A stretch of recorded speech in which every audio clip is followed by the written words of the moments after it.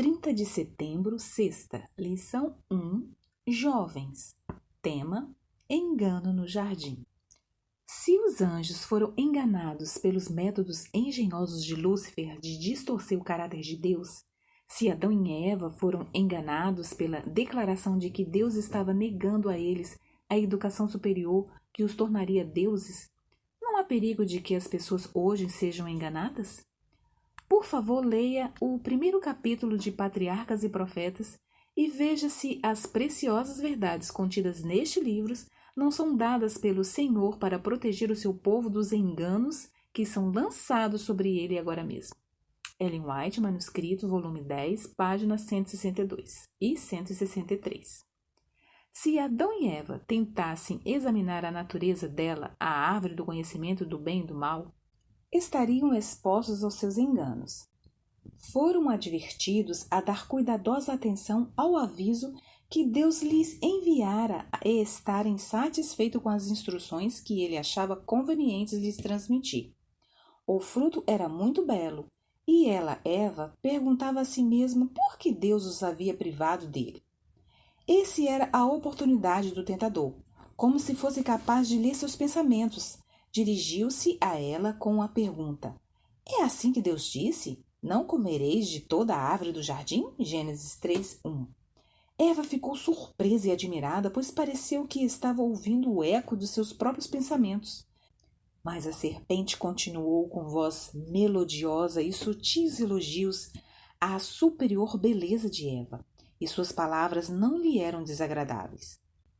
Em vez de fugir do local, a mulher ficou ali, maravilhada, ouvindo uma serpente falar. Se um ser semelhante aos anjos tivesse se dirigido a Eva, ela teria ficado receosa, porém não tinha ideia alguma de que a fascinante serpente pudesse se tornar médio do adversário decaído. Satanás insinuou que, por egoísmo, o Senhor desejava privá-los daquele fruto, com receio de que chegassem ao nível de igualdade com ele. Foi por causa de suas maravilhosas propriedades que transmitiam sabedoria e poder que eles lhes haviam proibido de provar, ou mesmo de tocar nele. O tentador insinuou que a advertência divina não devia ser efetivamente cumprida, mas apenas era para intimidá-los. Ellen White, Patriarcas e Profetas, página 29 e 30. Satanás se esforça constantemente para atrair a atenção para o ser humano em lugar de Deus. Induz as pessoas a olhar para os bispos, pastores e professores de teologia como seus guias, em vez de examinar as Escrituras para aprender por si mesmo qual é o seu dever. Então, dominando a mente desses líderes, consegue influenciar as multidões de acordo com a sua vontade. Ellen White, O Grande Conflito, página 495. O último grande conflito entre a verdade e o erro será nada mais que a batalha final da prolongada controvérsia relativa à lei de Deus. Estamos agora entrando nessa batalha, uma luta entre as leis dos homens e os preceitos de Jeová, entre a religião da Bíblia e a religião das fábulas e da tradição. Dialogando com o inimigo. A serpente era o mais astuto de todos os animais selvagens que o Senhor Deus havia criado. Certa vez, ela perguntou à mulher: Deus realmente disse que você não deve comer do fruto de nenhuma árvore do jardim? Gênesis 3, verso 1.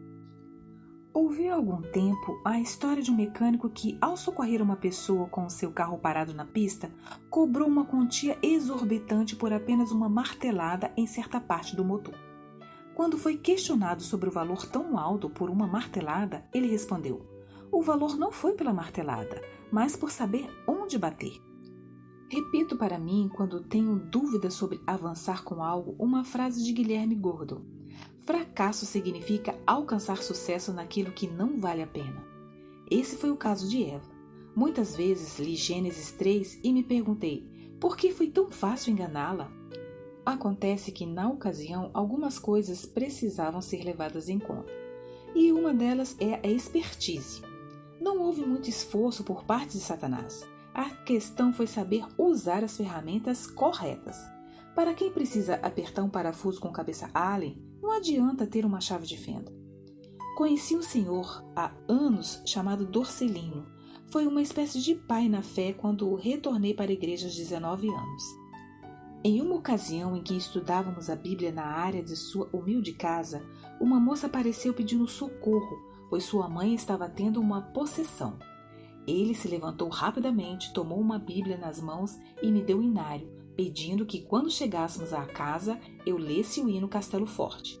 Chegamos à casa e, enquanto eu tentava ler, impressionado com a cena, ele simplesmente se manteve em pé, olhando fixamente para a mulher, sem dizer uma só palavra. Depois que a mulher se acalmou, perguntei a ele como havia feito aquilo sem dizer uma só palavra, e ele me respondeu: recorri a quem pode fazer, referindo-se a Deus. Eu não posso fazer nada, mas nenhuma palavra? E ele me disse: com o diabo não se dialoga. Esse foi o erro de Eva. Diálogo aberto. Você também acha que é perigoso dialogar com o inimigo ou foi exagero do Sr. Dorcelino? De que formas podemos estar dialogando com Satanás hoje? Leia 1 Pedro 5,8. Sua opinião continua a mesma ou algo mudou? Bem, amanhã tem mais. Fim da lição. Bom dia e feliz sábado!